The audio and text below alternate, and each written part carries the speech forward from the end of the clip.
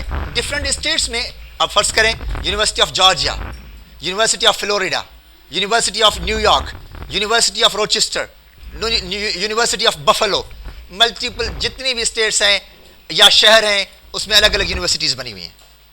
تو آپ ان کو کم از کم 20-25 یونیورسٹیز، یہ تھوڑا ہوم ورک ہے، ایک دفعہ کرنا پڑتا ہے زندگی میں، تھوڑا بورنگ بھی ہے، تھوڑا سا ٹائم ٹیکنگ بھی، تھوڑا سا اریٹیٹنگ بھی، بٹ ایک دفعہ کر لیں.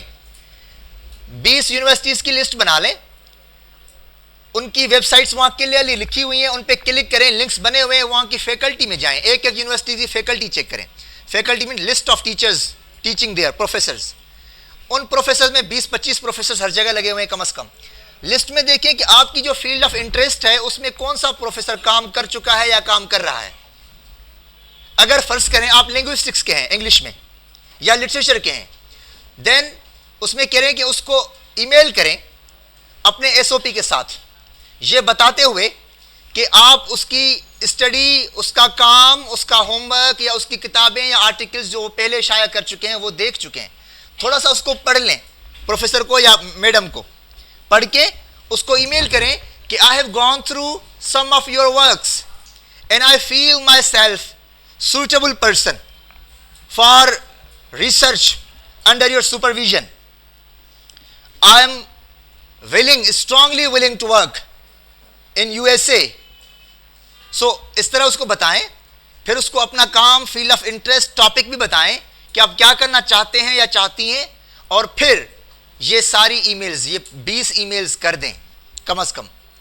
ان میں سے کسی ایک کا بھی جواب آ جاتا ہے، وہ جواب اس طرح کا ہوتا ہے، اگر کوئی بندہ آپ کی ای میل پڑھ کے متاثر ہوتا ہے اور سمجھتا ہے کہ یہ بچہ یا بچی ولنگ ہے اور میرے پاس اسپیس بھی ہے، تو اس کو بلا لینا چاہیے، اس کو لیٹر آف ایکسیپٹنس دے دینا چاہیے. تو وہ آپ کو لیٹر آف ایکسیپٹنس دیتے ہیں.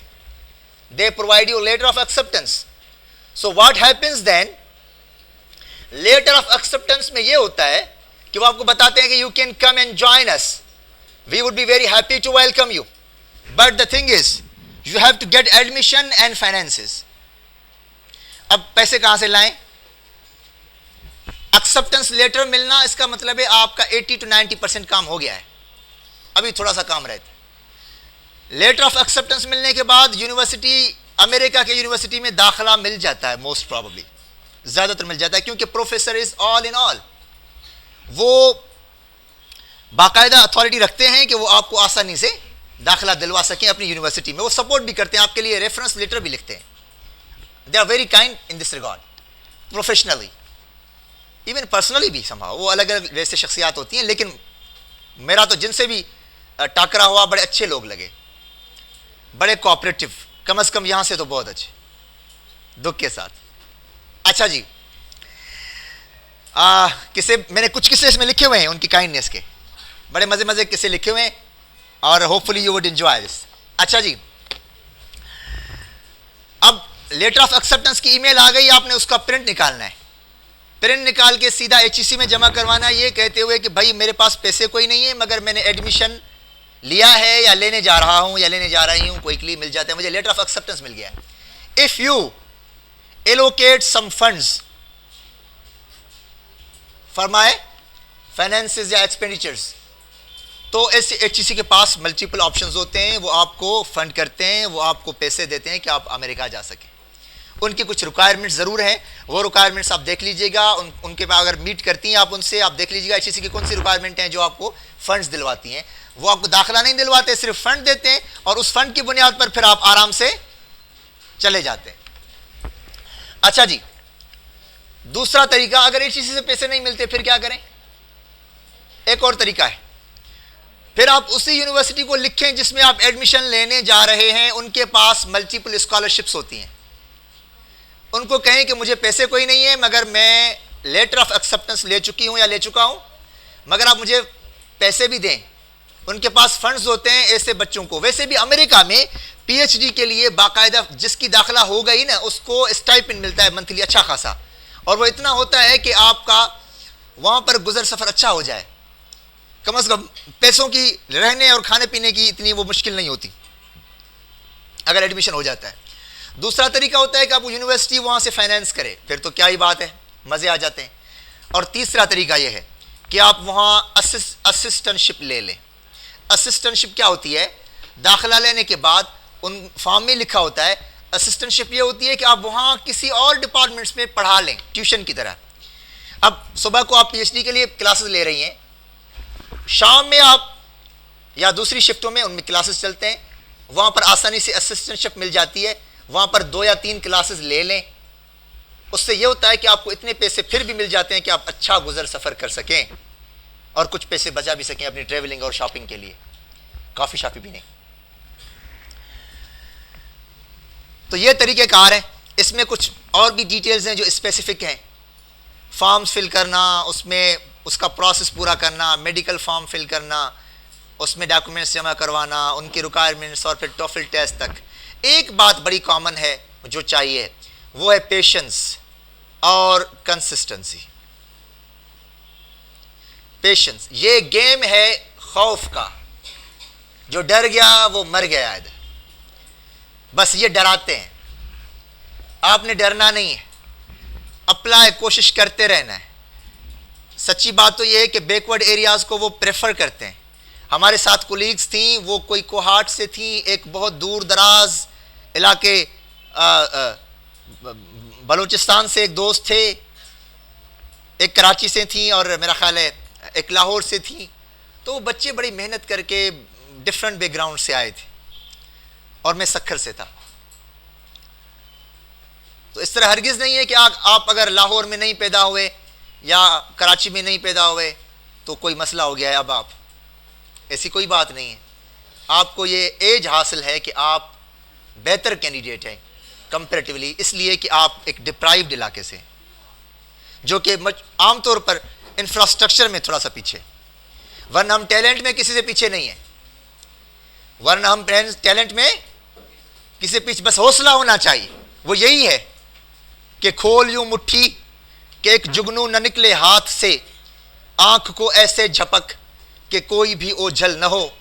منزلوں کی بات چھوڑو، کس نے پائیں منزلیں، سامنے وہ مسئلہ رکھ جس کا کوئی حل نہ ہو. پہلی سیڑھی پر قدم رکھ، آخری سیڑھی پہ آنکھ، منزلوں کی جستجو میں رائے گاں ایک پل نہ ہو.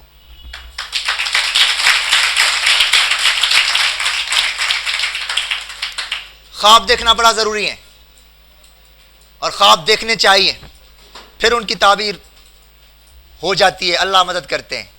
اور پھر خواب اوقات میں رہ کر نہ دیکھیں، اوقات سے بڑھ کر دیکھیں، کیونکہ وہ دینے والا تو بادشاہ ہے نا، وہ تو سب کچھ دے سکتا ہے جو چاہے.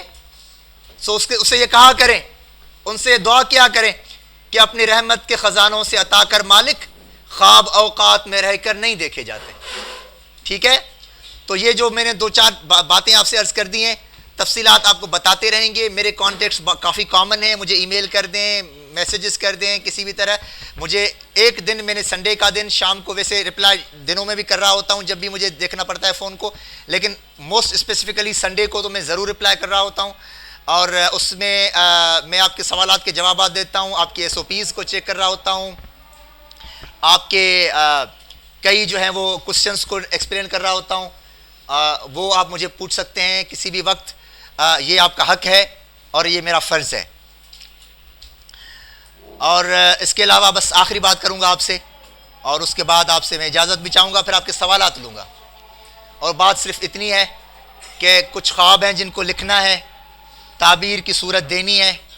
کچھ لوگ ہیں اجڑے دل والے جنہیں اپنی محبت دینی ہے. کچھ پھول ہیں جن کو چننا ہے اور ہار کی صورت دینی ہے. کچھ اپنی نیند بھی باقی ہے جسے بانٹنا ہے کچھ لوگوں میں، ان کو بھی تو راحت دینی ہے. اے عمر رواں آہستہ چل، ابھی خاصا قرض چکانا ہے، ابھی خاصا قرض چکانا ہے. So that's all on my part. اب